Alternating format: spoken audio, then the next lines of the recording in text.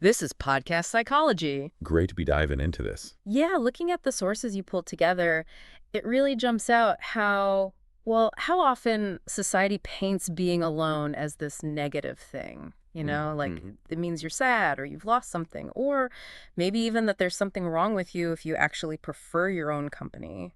But these notes, they really push back on that, don't they? Asking, what if it's the opposite? Exactly. What if solitude isn't a weakness, but actually a source of real strength, Oh. of insight? Yeah, and you've got examples like Carl Jung, Schopenhauer, Marcus Aurelius. Right. Figures who clearly valued it, they actively sought it out, seem to find something really profound there. It does feel like we're kind of swimming upstream, though, culturally speaking. There's this huge pressure, it seems, to always be connected, always be social. Yeah, avoid the quiet. Right. And I'm wondering, based on these sources, if maybe that discomfort people feel, both personally and, culturally, comes from what solitude actually gives you. What do you mean? Well, maybe it's that freedom from what everyone expects. No judgment, just being. That's a really key idea here. But the material also warns us, right? It's not all sunshine and roses. No, definitely not. Solitude needs, well, understanding. If you don't really get it or master it, it can be destructive. It takes some self-awareness. Okay. So for this deep dive, using your sources, we're really aiming to challenge that standard view of solitude, the negative one. Yeah, explore its potential, how it can maybe transform us, drawing a lot on Jung, like you said, but also these other thinkers who saw being alone very differently. So let's get into it.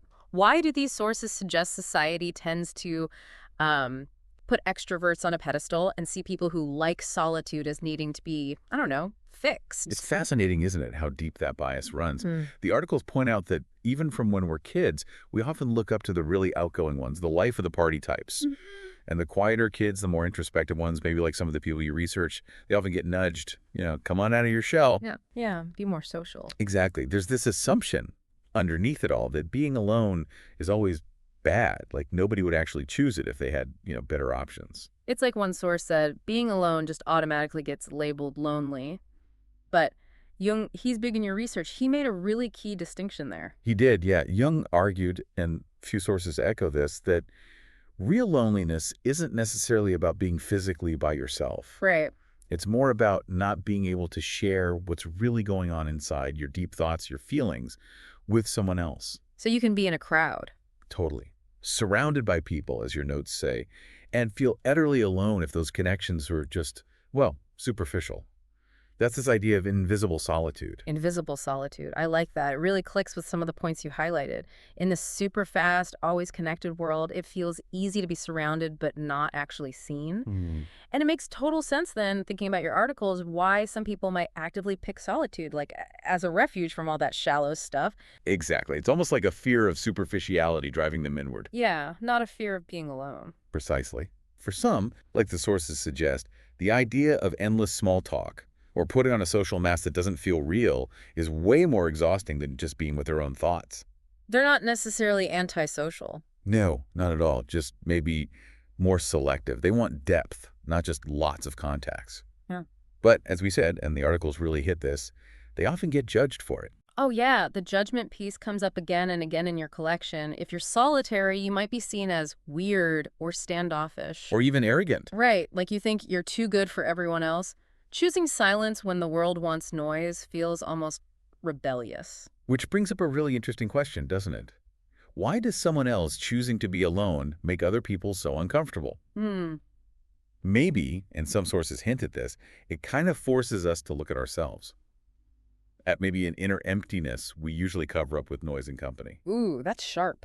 If someone else is perfectly okay in the quiet, maybe it just shines a light on our own discomfort with it. That's a really powerful psychological point from the readings. Makes you wonder if maybe our society's dislike of solitude is less about caring for that person and more about our own stuff, our collective anxieties. To be. And this is where looking back historically through your sources gets super interesting, because it wasn't always seen this way, was it? Not at all. The historical texts you found show that in a lot of philosophical traditions, spiritual paths, even early psychology, solitude wasn't a negative. It was a a virtue. A refuge of the wise, I think one source called it. Exactly. A necessary space for thinking, for getting insights, for finding deeper truths about yourself and the world. It was like a pathway, right? A necessary passage to reach deeper truth, as that quote put it. So, what happened? Yeah, why the big shift? Why did modern society kind of forget this wisdom and start framing being alone as almost a problem? It's complicated, for sure. Your sources touch on a few things. Maybe cities getting bigger, life getting more connected, put more emphasis on fitting in. Conformity. Or maybe just the sheer amount of stimulation now makes silence feel weird, Ooh, threatening even. could be. Whatever the reasons, it's clear that someone like Carl Jung, whose work you included, saw it totally differently. He absolutely did. For Jung, like your notes show, solitude wasn't just, nice to have sometimes. It was crucial for what he called individuation. Right. Okay, so let's unpack that.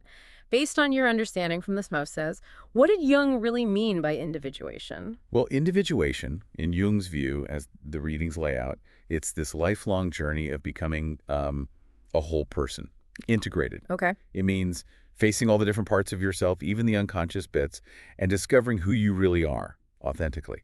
And Jung believed, and your sources really back this up, that being alone, away from all the outside noise and pressure, was absolutely essential for that. So it's like stripping away layers. Exactly. Jung saw solitude as the place you could finally take off the social masks. And then you see what's really underneath, your core self just waiting. So the risk then, if we're always surrounded by people, is that we just end up being reflections of what they want us to be, living out roles that aren't really us. Precisely. When you're immersed in the social world, you tend to adopt these personas, right? To fit in, get approval. Solitude is the space where you can step back from that Quiet the noise. and finally hear your own voice, your unique self. That makes so much sense, especially thinking about those societal pressures we talked about. And Schopenhauer also in your sources, he had an even stronger take, didn't he? That quote about great minds. Oh, yeah. Schopenhauer famously said in one of your articles, "To be alone is the fate of all great minds." Pretty stark. It really is. But it highlights his idea that people who think differently, who see things in new ways, often do end up alone simply because it's hard to find others who truly share that unique view. Their journey is just naturally more solitary. Yeah. According to him, yeah. That's what the source suggests. It's a bit sad, maybe, but it does resonate with how often big ideas seem to come from those periods of intense solo thinking, like you see in a lot of the biographies you found. Now, shifting slightly, your research also brings in the Stoics. They valued solitude too, but maybe for different reasons than Jung or Schopenhauer. Yeah, the Stoic angle, like for Marcus Aurelius, whose writings you included, is really focused on inner peace and self-sufficiency. Okay. For Stoics, your happiness shouldn't depend on outside stuff or what other people think. So stepping back from the noise social stuff, judgments was practice. Yeah. It built inner strength. Resilience. Exactly. Solitude, in their view, as the Stoic texts highlight, is a tool you use deliberately to make yourself stronger inside, less easily knocked off balance. Right. Less vulnerable to things you can't control. And then there's Taoism, which your collection also touches on another really different, fascinating take. What's really neat here is how Taoism, as presented in your readings, sees solitudes not as being separate, but as a way of being deeply connected. How so? Well, the Tao Te Ching, which you referenced, talks about the silence in nature, the natural cycles of empty and full. Being alone, in that sense, is about tuning into those rhythms. Aligning with the universe, kind of? Exactly. Connecting with that underlying harmony. So it's not about being disconnected from people, but about being connected to something much bigger, more fundamental. So it's less about missing human company and more about feeling the presence of everything else. Which brings us to what one source calls the paradox of solitude. Lots of people fear it, see it as this empty hole, but those who lean into it often find the complete opposite. It's like going into a dark room. At first you see nothing, but then your eyes adjust and you start noticing things that were there all along.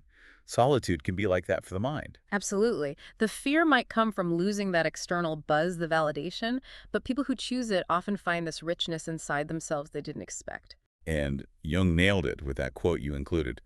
The one who looks outside dreams. The one who looks inside awakens. That's such a powerful line. It really gets at the idea that solitude is this chance to turn inward, to really face what's going on under the surface. without all the usual distractions. And it's in that quiet space, as so many of your sources say, that things bubble up: clarity, creativity, a stronger sense of who you really are. Think of all the creators and thinkers in your research who needed that solitude to do their best work. Exactly.